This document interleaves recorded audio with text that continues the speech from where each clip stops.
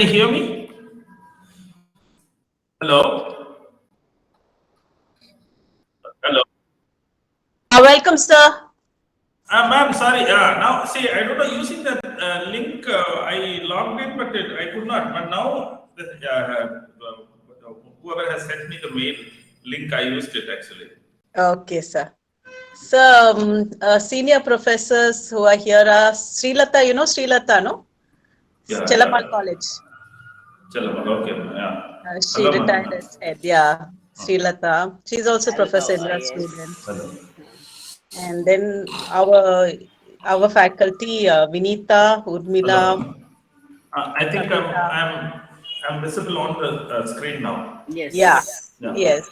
So, warm welcome from all of us, sir. Yeah, thank you. Thank you. Yeah. So, yeah, I hand over to the compeer of the evening. Yeah, please. Girija, take over, please.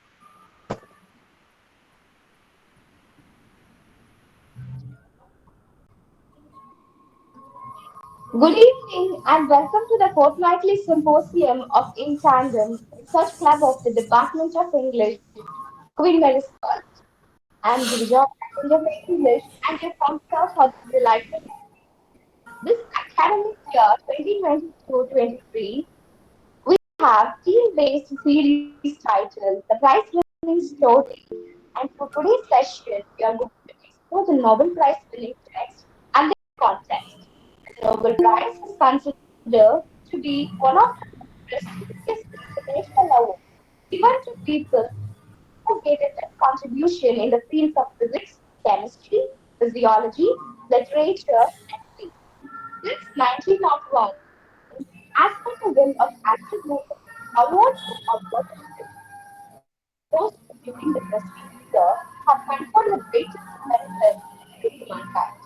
With this note, I welcome our chairperson, Dr. Sivaraman, Associate Professor, Department of English, Presidency College, Chennai. I welcome the paper presenter, Sai Shree and Ms. Senyavel. I extend my warm welcome to the faculty members, research scholars, and PG students who are present at this forum. I deem it an honor to introduce our chairperson, Dr. Sivaraman, Associate Professor of English, Presidency College. Third, the high achiever who exercised his thought in the Department of English. Third, has converted his own challenges as a visually talented person in triumphs and has specialized in education and assistive technology for persons with visual impairment. He has been instrumental in converting more than 30,000 books into accessible e-material as well as copy format at the Presidency College Library. We are greatly blessed to have at us. Now I request to take over the proceedings. Thank you. Thank you.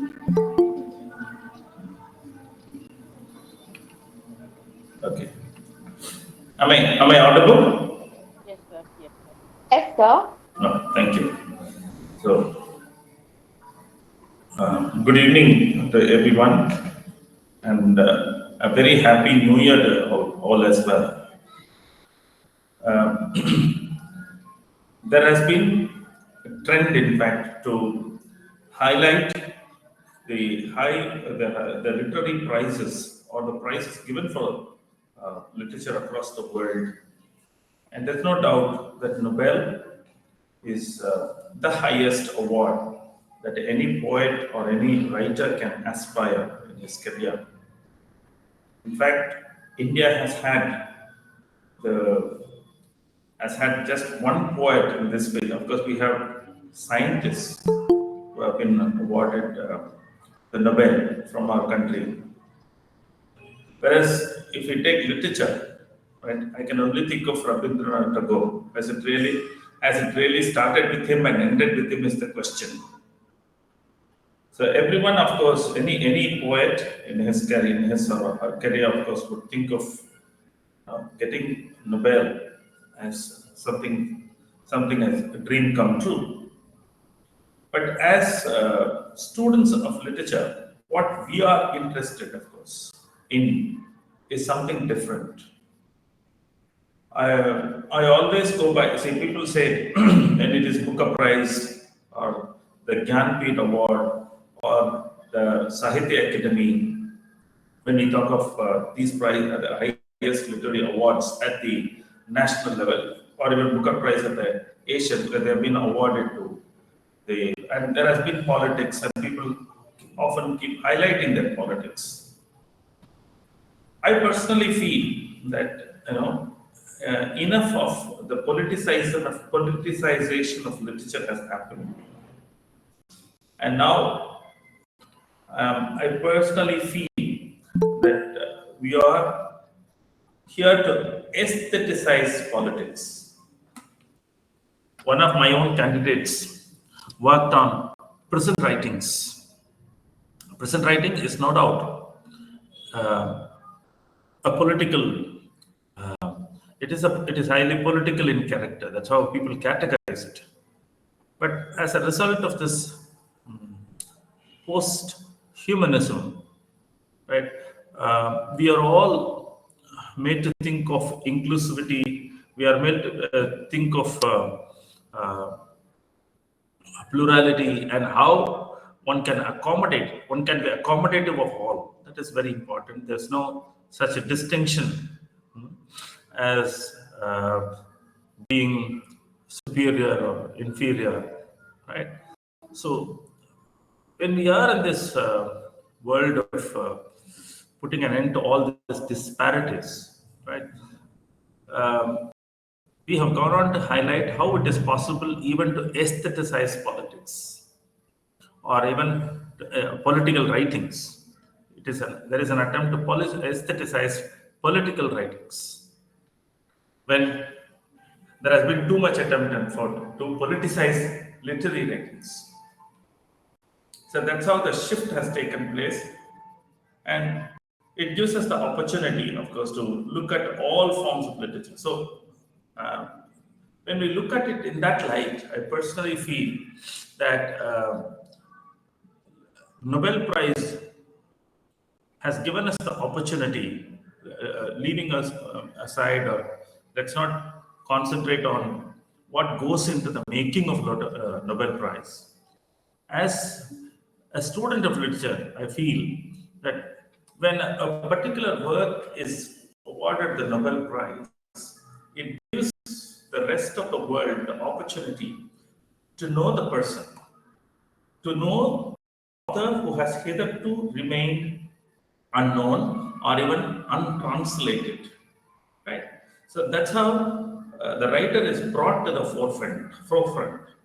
I would like to give an example. Jose Saramago, who writes in Portuguese, in fact, remained unknown to the rest of the world, right? Until he was given the Nobel Prize in the year, if I'm right, 1998. And when the pandemic, of course, hit the world 3 years ago, his blindness, of course, was read hugely, very widely across the world, and how relevant, of course, it is.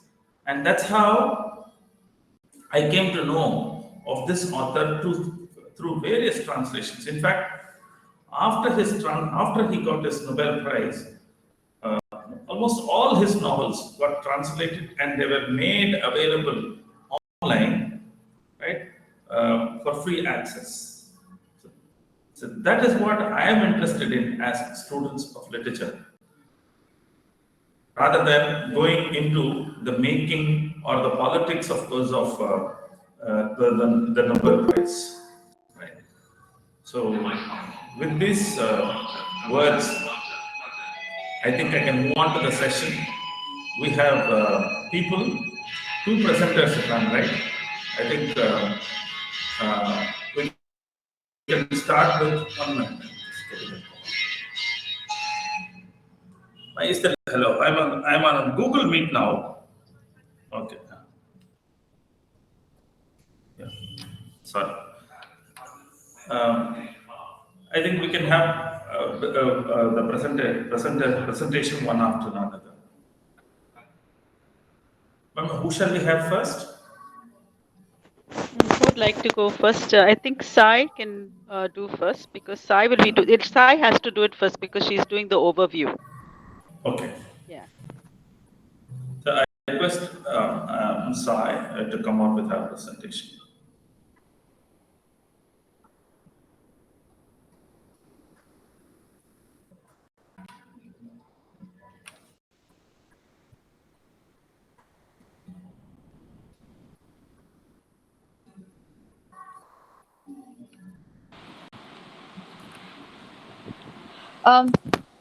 Are my slides visible, sir? Yeah, yeah. You are audible. Okay. That's all I Thank you, can sir. say from my side. Yeah. Okay, thank you. Yeah. All right. Yeah. I So, can see your Nobel slides. Prize. Sai. Yes, please. I'm. Thank you, ma'am. Thank you. Happy evening, people. Nobel Prize, institution of the prize, and the process of selection. All right. This prize, Nobel Prize, is named after late Mr. Alfred Nobel, and his nationality is Swedish. He is a chemist. He was a chemist, engineer, inventor, businessman, and philanthropist, and also a poet. And he also wrote drama and plays. The word laureate refers being honored by the laurel wreath. In ancient Greece, laurel wreaths were awarded to victors as a sign of honor. Combining the two together with the Nobel Prize, the phrase Nobel Prize laureate is obtained.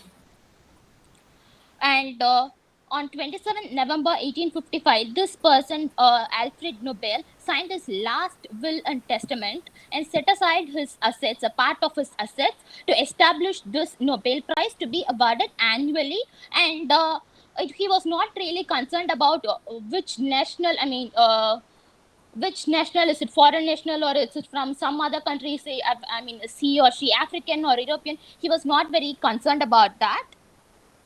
The first three prizes were awarded for eminence in physical science, chemistry, and medical science or physiology.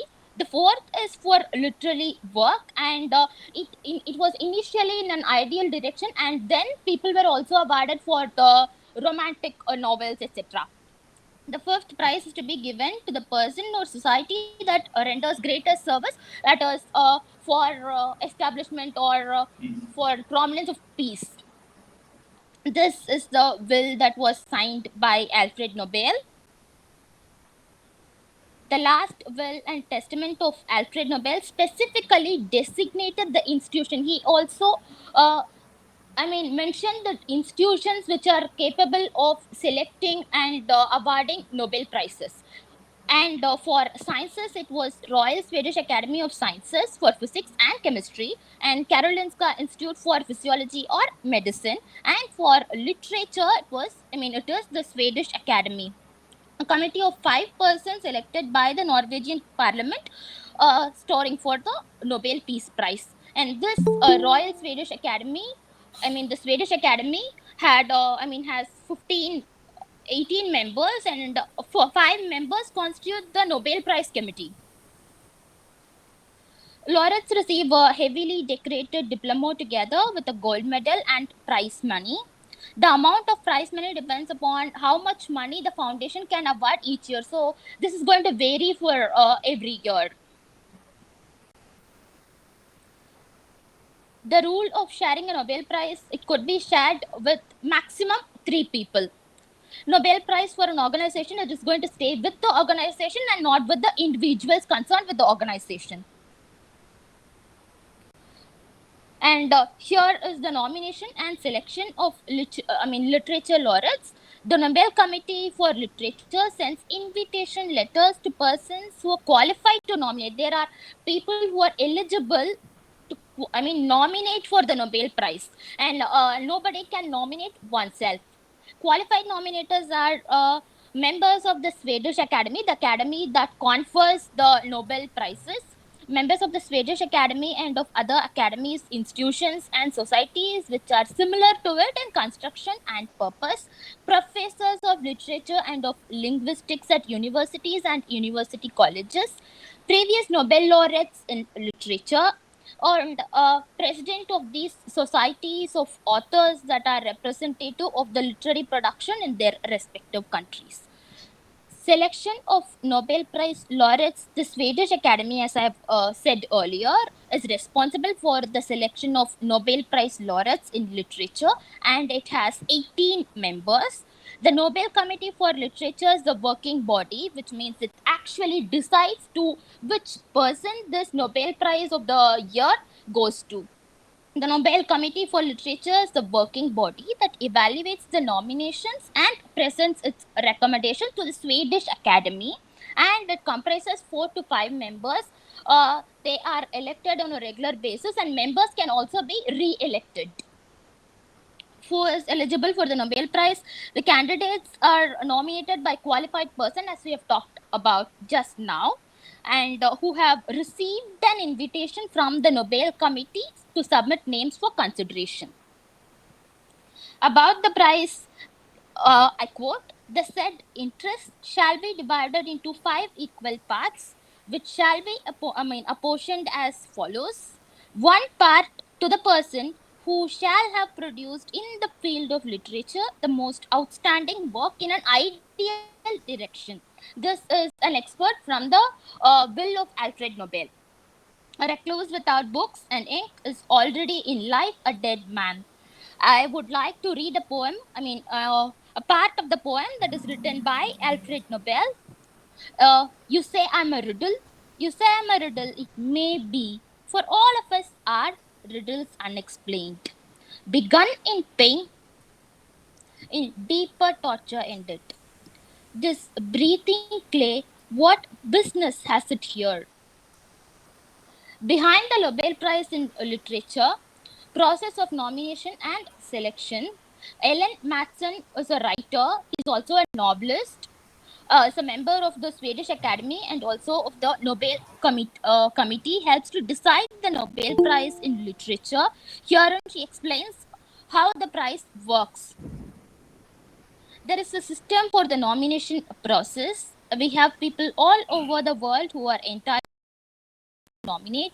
And who are these people? These people are scholars, critics, spokespersons for literary organizations, other academies. Previous laureates, as I said before, can nominate, and of course the members of the Swedish Academy. Theoretically, anyone can be nominated, but someone who writes excellent literature, outstanding literature. What is the demand here? The demand here is quality in the work. The winner needs to be someone who writes excellent literature, someone who you feel as we read the books, we're supposed to be able to feel what the author has felt while writing the book. That there is some kind of a power, a development that lasts through the books, all of their books, which means the committee is going to read all of the books that has been published by the selected candidate. It's something you're born with, I think. The romantics could call it a divine spark. It's something you're born with, a talent that gives extra dimension to that particular writer's work. There is no minimum age, but herein Ellen Mattsson believes that anybody in the age of 30 or 40 could get it, but it's not so easy because the person believes that it requires a lifetime of commitment, a lot of reading, a lot of writing, and a lot of dedication, especially to refine the writing skills. It's a lifetime process to reach that level of excellence. How does the nomination process work? Do you have a short list? Yes. It starts with a very long list of around 220 names. From 220, it's going to come down to 5 candidates. It starts with a very long list of around 220 names from all over the world. We navigate through this list with the help of experts from different parts of the world. A list of about 20 names are arrived at for the year's prize, which are worked with very thoroughly to choose 5 names that enter into the shortlist. The committee reads everything by these 5 writers, which means all the works that these 5 candidates are written, and then they go for voting.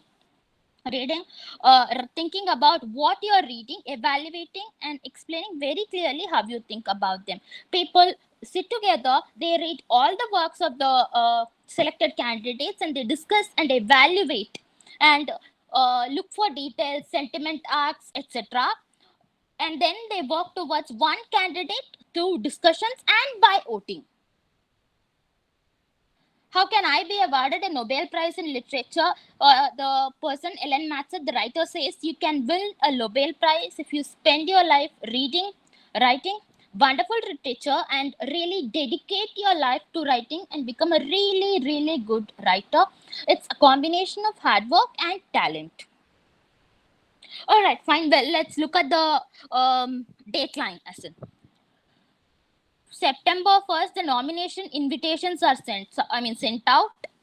31st January is the deadline for submission of nominations, and April 15th to 20, April 15 to 20 preliminary candidates are selected by April. It takes a lot of time because almost all of the works are read by a particular selected candidate, and by May there are 5 final candidates.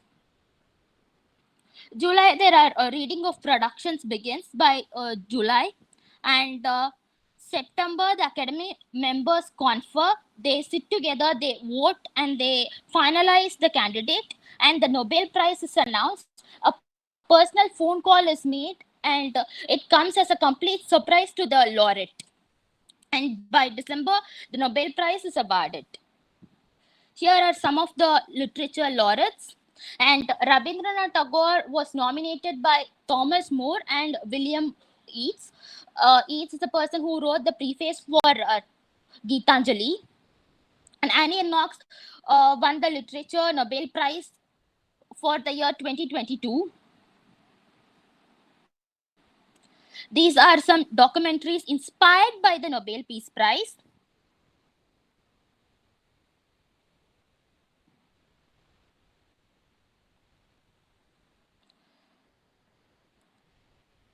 And here's a quote: literature is the art of discovering something extraordinary about ordinary people and saying with ordinary words something extraordinary, by Boris Pasternak. And this person, Boris Pasternak, has refused or been made to refuse the Nobel Prize for literature. Thank you.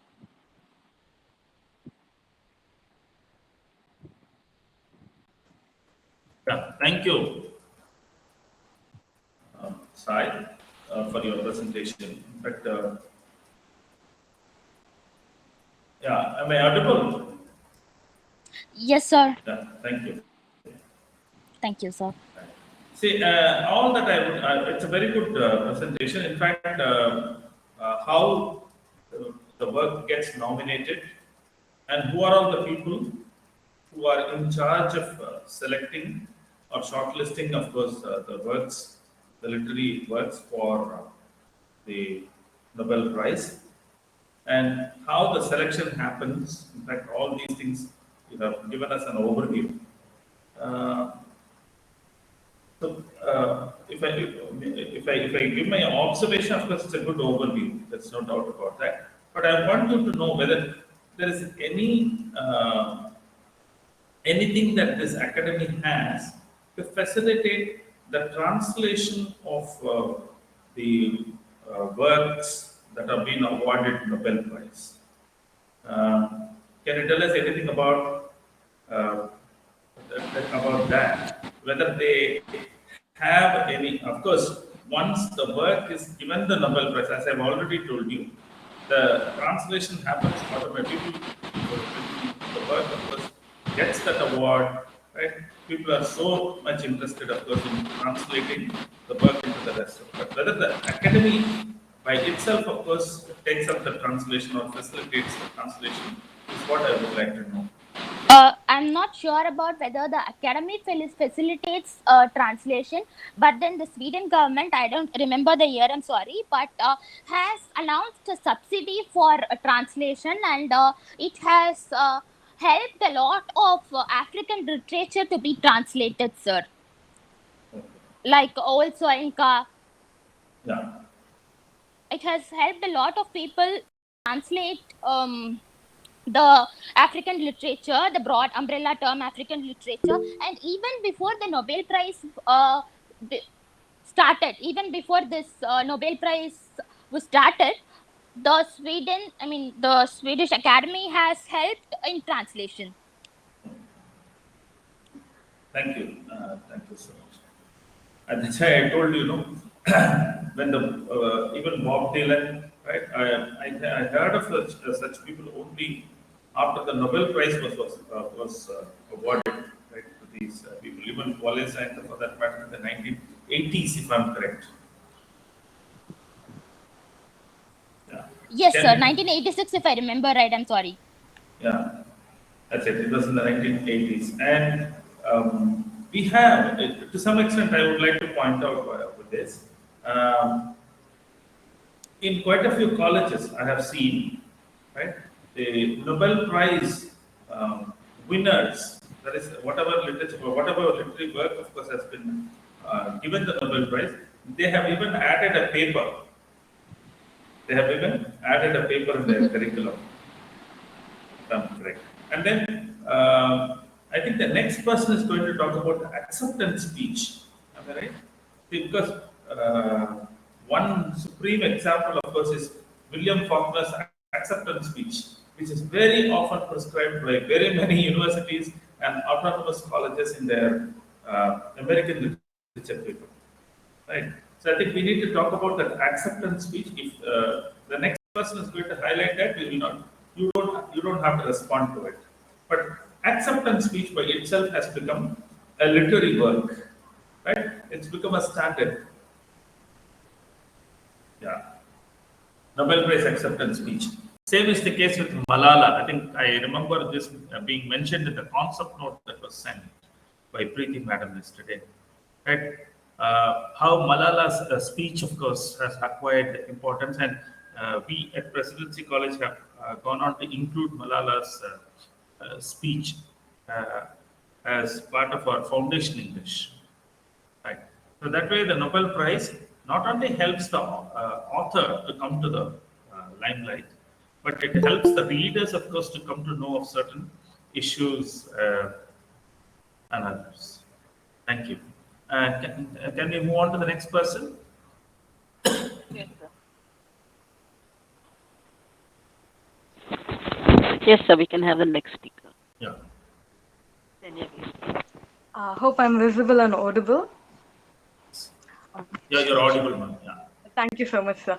Good evening to all the academics and dignitaries who are gathered here in this virtual platform. And my deepest gratitude to Dr. Sivaraman, sir, our chairperson, and to Dr. Maria Preeti Srinivasan, ma'am, head of the Department of English, Queen Maris College, for giving me this opportunity. When Alice Munro was interviewed post the announcement of her winning the Nobel Prize for Literature for the year 2013, she was asked, had she ever seen herself winning the Nobel Prize? And she says that she had never even thought of winning the Nobel Prize, and she says no writer would ever imagine themselves of receiving such an honor. And she also adds that no writer would complete a book, and when they find that particular work to gain extreme popularity, they would never go around and tell their friends, you know what, I may win the Nobel Prize for this work. It's not a polite way to greet people, she says. So if someone never sees themselves winning the prize, if someone never sets that as their goal, how would they create a work that is capable of receiving such an honor? So that becomes our question. And my presentation is understanding the vision of the Nobel Prize for Literature by parallelly studying the acceptance speeches and the prize announcements. So Ellen Madsen, as Ms. Simon also quoted, she is a member of the Swedish Committee for the Nobel Prize for Literature, and she says that obviously outstanding pieces of literature with extremely good literary quality will be selected, will be shortlisted for the Nobel Prize. But there are so many works across the world, and how would one particular work will be shortlisted for this honor? And she says that there should be an inner voice. So what is that voice? Going back to Alice Munro, who won the Nobel Prize for her mastery of the contemporary short story, which was the announcement expression for the award. And she was actually interviewed, and the interview was played at the banquet at Stockholm because she was unable to be present in person. And in that interview, the interviewer asks her what exactly she wants to be the impact of her writings. And she says that obviously she wants her writings to be inspiring to people, especially inspiring to women. But more than that, she wants her literature to move people, a piece of work which people will find relatable. And she, more importantly, wants people to enjoy her work. She cites her own experience that she once was a part of a group of academic writers whose the hyper academic style quite fluttered her. So she wanted writing to be comprehensible, writing to be easily digestible. Even Atwood says that in her Survival, that the primary aspect of reading literature should be for the sake of delight, because when literary reading becomes over analytical, it rather becomes a chore rather than being a personal experience. And that is her vision. Munro's vision is to write literature that reaches people, that is relatable to people. And the next question shot to her was, how would she describe herself? And she says that she belongs to a part of a world, rural Ontario, where people use these two expressions constantly. Don't try too much, don't think you're too smart. But if you don't try too much, and if you don't think yourself to be too smart, how would you write excellent pieces of work that is capable of winning the Nobel Prize? So she says that she would describe herself as a peculiar woman who speaks to herself a lot, because we need expert advice at times, and a person who does a lot of preposterous things. And she says that all that is fine. This is something Bob Dylan also has in common. When he won the Nobel Prize in 2016 for having created new artistic expressions within the great American song tradition, there was two effects. One is wide acclaim all over the world. The second one was a furore posting a question: are the songs of Dylan literature? And Dylan has this attitude. He gracefully accepts the awards by comparing himself with Shakespeare, saying that 400 years ago, when Shakespeare wrote Hamlet, obviously he knew that he is a dramatist. He was writing a work for the audience, and he obviously had these creative ambitions in some part of the mind. But one question that hardly had come to his mind would have been, am I writing literature? Obviously, he would have been thinking about, are there good enough seats for my patrons? Where will I find the right actors for the play? Is it fine to set Hamlet in the setting of Denmark? Where would I find a human skull? These would be the real-time questions which would have come across the mind of Shakespeare, rather than, is it a good enough piece of work, or what impact is it going to create in the minds of the audience? And similarly, he says that, much like Shakespeare, when he was writing songs quite early as a teenager, his primary aim was to reach a lot of people. The biggest dreams he had was to have his songs being played in bars, coffee houses, maybe in the Carnegie Hall. Or the pinnacle of his dream was to have his songs recorded. So, because having a song recorded means having a song documented forever, having a song that could travel globally. And he has done all that. And he says that he has sung for 50,000 people, and he has also performed before 50 people. And he says that the latter is far more difficult, because performing before an audience, say in 50,000 in number, this huge audience is one persona. They like Dylan, and then they are. But playing before 50 people is quite different, because these are 50 different individuals with 50 different choices. So he says that the Nobel Committee has made no mistake, because this is that handpicked 50 different people with 50 different individuality, and if they have unanimously picked him, and he's going to go with their decision. And he says that the greatest gift he feels about his songs is that his songs have reached so many people across cultures, and he's quite thankful for that.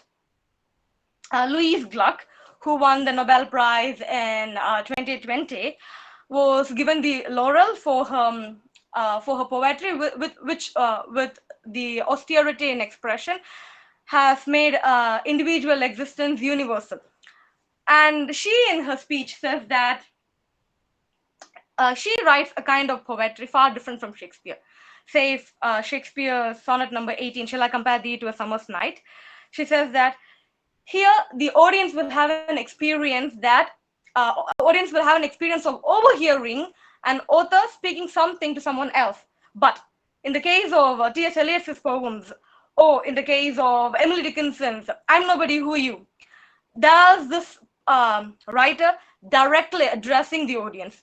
And just like that, her works directly addresses the audience. There's an inner voice, the voice which the committee needs, an inner voice that has something to say to this world, that dares and defies, that questions, that is optimistic and also pessimistic, that shatters our illusions. She says that, for instance, in her Mock Oranges, she breaks the illusion of love and all those constructs. She portrays how shallow love and coitus and all these frameworks could be. And then there is Winston Churchill, who won the Nobel Prize in 1953, and he was given the award for his mastery of biographical and historical descriptions, as well as for his excellent oration that defends exalted human emotion. And so, as you were also mentioning about having announcement speeches as texts in academic zones, Winston Churchill's "We Shall Fight in the Beaches," it is such an inspiring text, for instance, where he speaks about resilience and never giving up. He says that we will fight until the new world steps in for the rescue of the old, and he says that we will neither flag nor surrender. So his I think he deserves the award, even though there are different shades for Churchill. He deserves the award because his speech has something that has the capacity to stimulate the inner voices in people, inner sides in people, that strengthens us. And also in his speech, he speaks about the sovereignty of Sweden, and he speaks about the importance of harmony amidst nations. Moving on to W.B. Yeats, who won the Nobel in 1923. He was given the award for his artistic poetry, which is always inspired, and a poetry which portrays the spirit of a whole nation. And he, in his acceptance speech, highlights one thing, that in the time when he made a speech 30 years ago, there gathered a group of Irish critics who remorselessly criticized every piece of Irish literature for the sake of producing literature that is extraordinary in quality, so that Irish literature could finally lose its provincialism and gain overall recognition in the canon of European literature. So he was, so what is fascinating about Yeats is that he wants his entire nation's spirit to be portrayed in poem. He wants his entire nation's literature to be in the forefront. So it is about oneness, and that is something he shares with Churchill too, because Churchill says in his speech that he is grateful for Alfred Nobel for creating an enduring purpose, an enduring culture, and a significance after him, because that happens to be a standard towards which others could strive. And then there's Perles Buck, who won the Nobel in 1938 for her epic description of the peasant life of China. And fascinatingly, she's not even Chinese, she's American, but happens to be her foster home, she says, a foster nation, she says. And she in her speech says that what made her write so much about China and the humble life in Chinese rural sides is that the struggle for freedom, which is the most precious possession in today's world. And she continues to say that she says that the works she is yet to write will be of a worthier measure of acknowledgement than she has done so far. So she is someone who sets this rolling benchmark So because to win a Nobel Prize, a person's one single work is not judged. Their entire corpus of productions will be put to the litmus test. But she says that all that does not matter, and she will still be hunting fresh. So uh, that ideal of never stopping, ceaselessly striving towards the best and overreaching, that is the spirit we see in Perla's Buck, and that's something which is common in Hemingway too. In 1954, when he was awarded the prize for his mastery of narration, especially after the release of The Old Man and the Sea.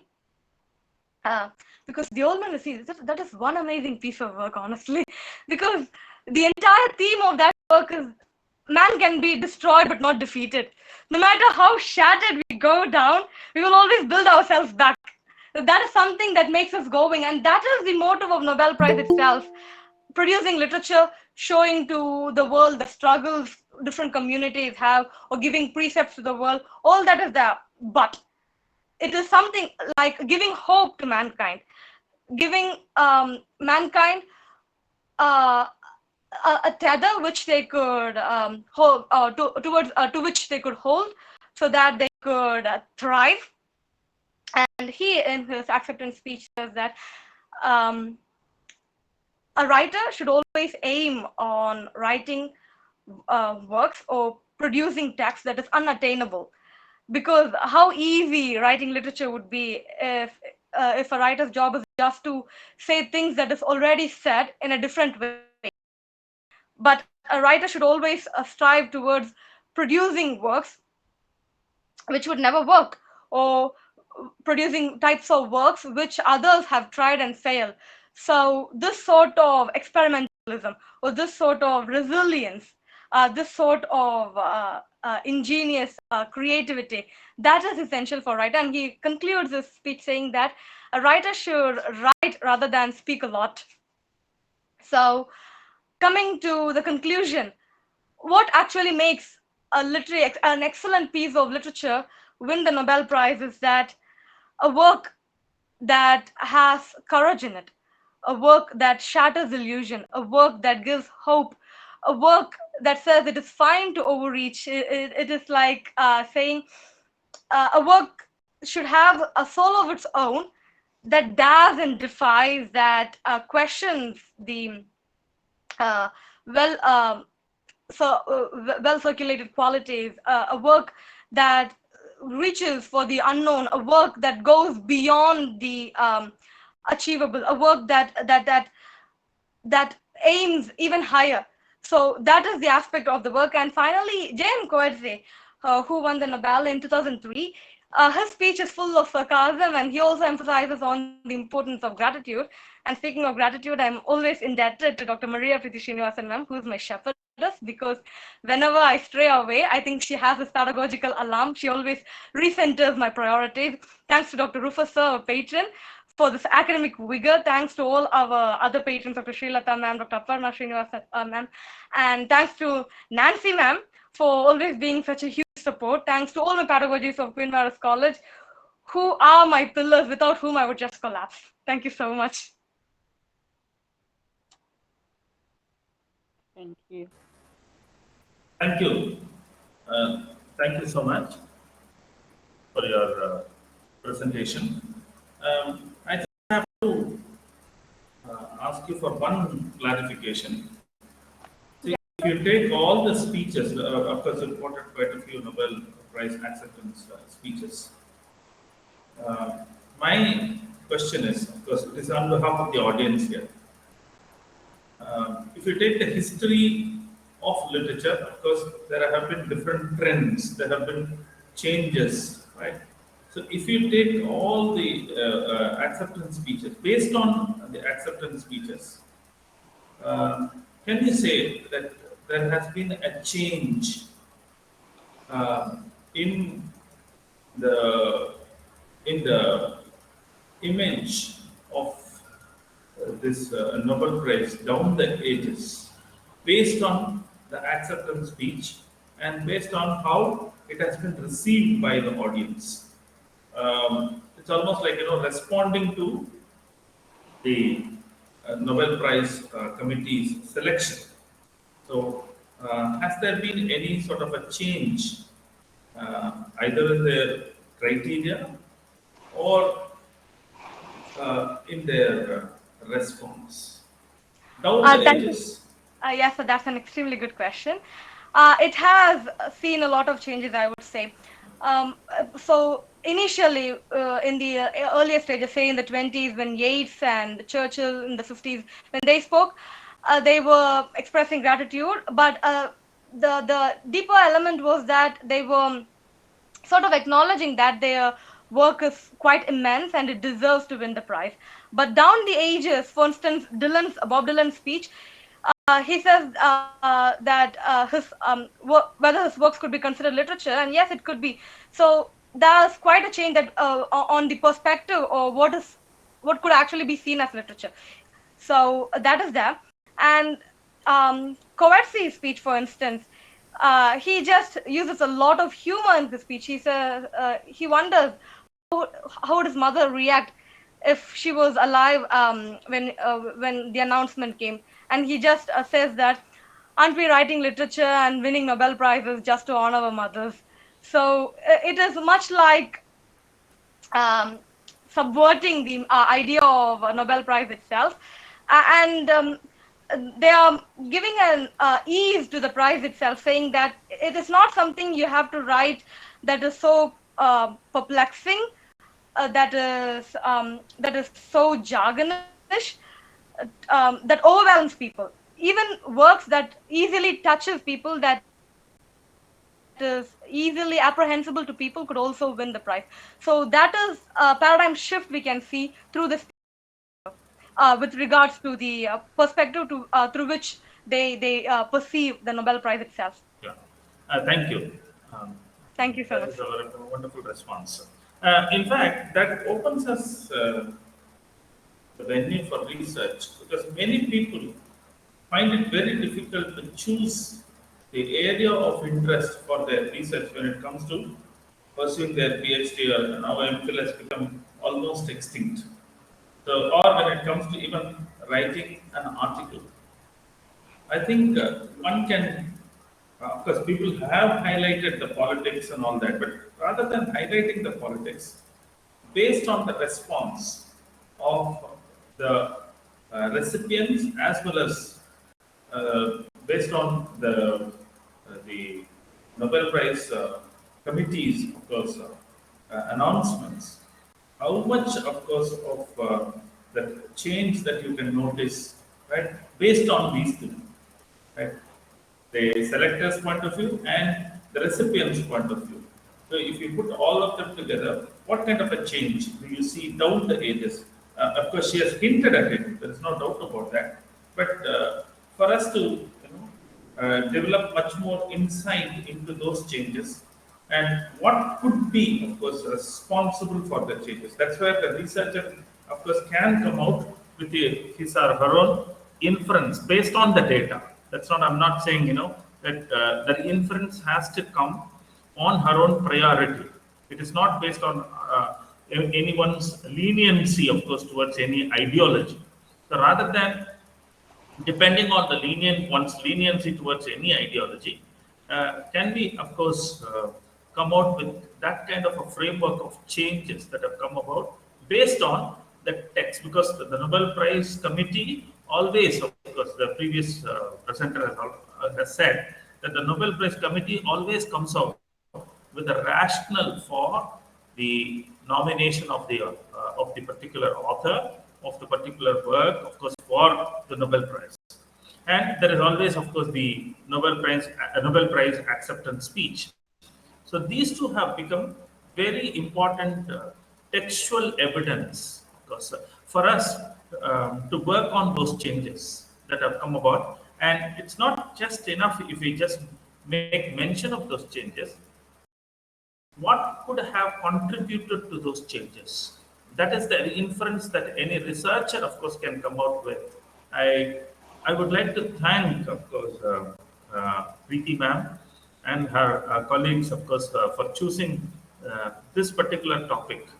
Right. See, in fact, as soon as I received the call, I saw the topic, and when I first saw the topic, I thought, okay, it is just something that anybody can Google what goes into the making of the Nobel Prize and how exactly an author, of course, is awarded the Nobel Prize and all that. And when I saw the topic, that's how I thought first. Later, while mulling over the topic, I personally felt that this has to be highlighted because people have already highlighted the politics of all the literary prize, the prizes being awarded for literature. I remember someone writing on even the Booker Prize, right?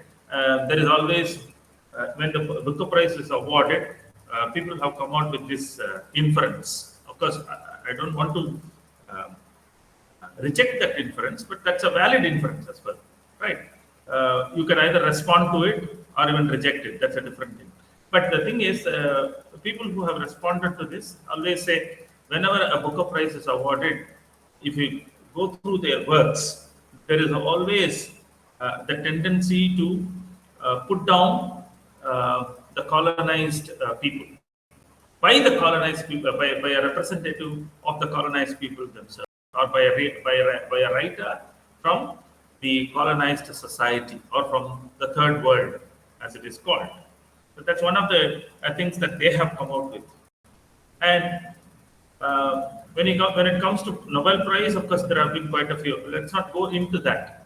Instead of going into that, of course, let's go into the text of these speeches that are made both by the selection committee and by the recipients. And based on that, how well can you come out with that inference and whether you can account for that inference historically, socially, culturally, right? That is something that I personally feel that nobody has worked out for their research. So this opens up a very good area of research, of course, for the future generation. I'm sure, of course, the people who are listening to it might pay some attention, and maybe you could go through the works rather than Googling it. Of course, you can go through the works for yourself and see whether there is enough scope in it for the research in future. So with these words and with the deep sense of gratitude, of course, to the PG and Research Department of Queen Mary's College, because I'm deeply indebted, of course, to this department. I'm not a stranger. Whenever there is, of course, an opportunity, that such an opportunity, of course, has been offered to me by Preeti ma'am, and even in the past when Anita Balakrishnan ma'am was the head, because I remember attending their literary association meeting.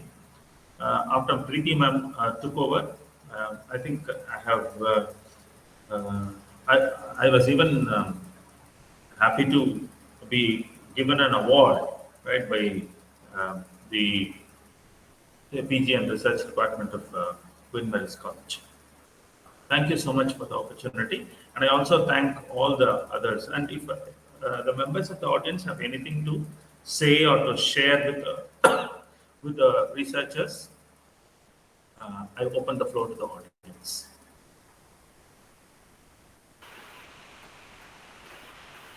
Yes, both Sai as well as I think Senyavel, I think did good, did justice to the topics they had chosen, and I think Senyavel had opportunity to go on a lot. And okay, it could not have been just subject of just one paper.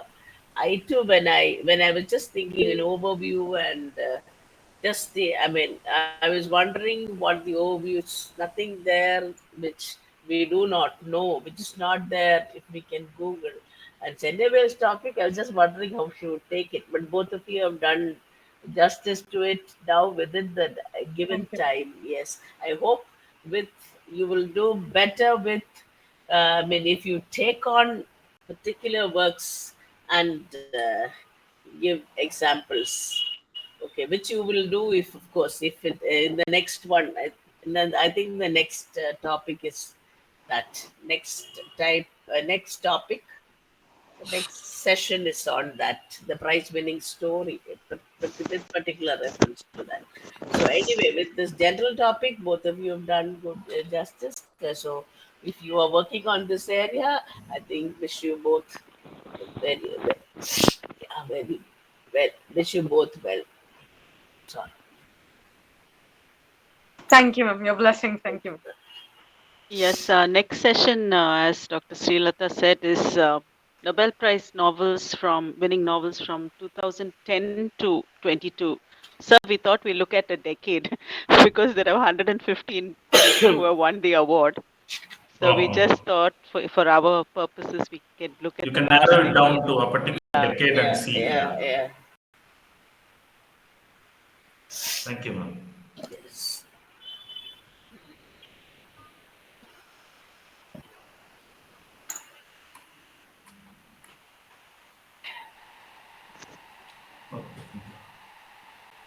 Anyone else, colleagues and of the Department of English, friends of Senyavel and Sai? There are a lot of text messages coming up. So you could even express your appreciation in the forum because some comments are about the presentation, not mere felicitations.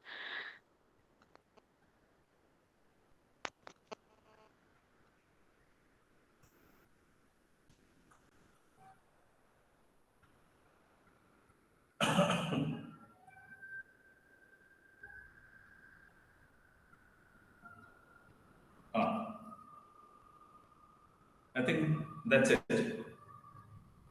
Yeah, I think that's it. I think everyone's very deep in thought. It's because there's so much to think here on this. Yes, sir. Thank you, ma'am. Thank you. It's opened up a lot of ideas for research. Lots of Yeah, that's right. yeah. That's how any research meet should be. In fact, rather than merely sharing the idea, sharing the ideas is okay, but it should open up the area for the future research scholars. Mm, mm. Thank you. Thank you. Yes, Girija. Yeah, thank you. Yeah, good night, ma'am. No, she'll be just winding up. Yeah. Girija? Oh, Yes, ma'am. Am okay. I You can. audible, ma'am? Yeah. Yes. Yes, ma'am. So finally, it's time for vote of thanks. I thank our principal, Dr. Uma Maheshwari, for her constant support. Thanking our chairperson, Dr. Sivaraman, sir, for being with us. I thank our head of the department, Dr. Madhuri Srinivasan, madam, for her presence and contributions to our In Tandem Research Club. Sincere thanks to our paper presenters, faculty members, and others for being a part of today's In Tandem. Have a great weekend. Thank you. Thank you for joining with us. Thank you. And I must mention that Sai is a science professor. I think microbiology or bio. What's your specialization, Sai? Ma'am, I'm an MSc in biotechnology, ma'am. Biotechnology, yeah. And she was holding the post of vice principal in a college. Now I'm in she's a doing school, independent. actually, In ma'am. a school, is it? Okay. Yes, Now ma'am. she's doing independent research and very passionate about literature. So thank you, Ma'am, Sai. while I'm with people like you and Rufus, sir, obviously, ma'am. Yeah, okay. Yes. We could go wider with Yes, if you sir said, yeah. Yes, Srilata yeah, ma'am. we could have gone wider, not just. She has to keep herself to literature here. I think if she's a microbiology person, she could have gone wider and done a little bit of research on the how the other. How science. Science awards are presented also in Nobel. Yeah, and yeah, Sai is Rufus's protege, and I would probably Okay. claim ownership of Senyavel. Yeah. Right. And both Yeah. Sai and Senyavel in one breath. So Sir says, bits and pieces I find with pride I pick up from a diamond younger. Mademoiselle Yeah, he's so happy. Sir is so happy that Sai could present today, and Senyavel. He's groomed both these children, and thank you, Rufus sir. Yeah.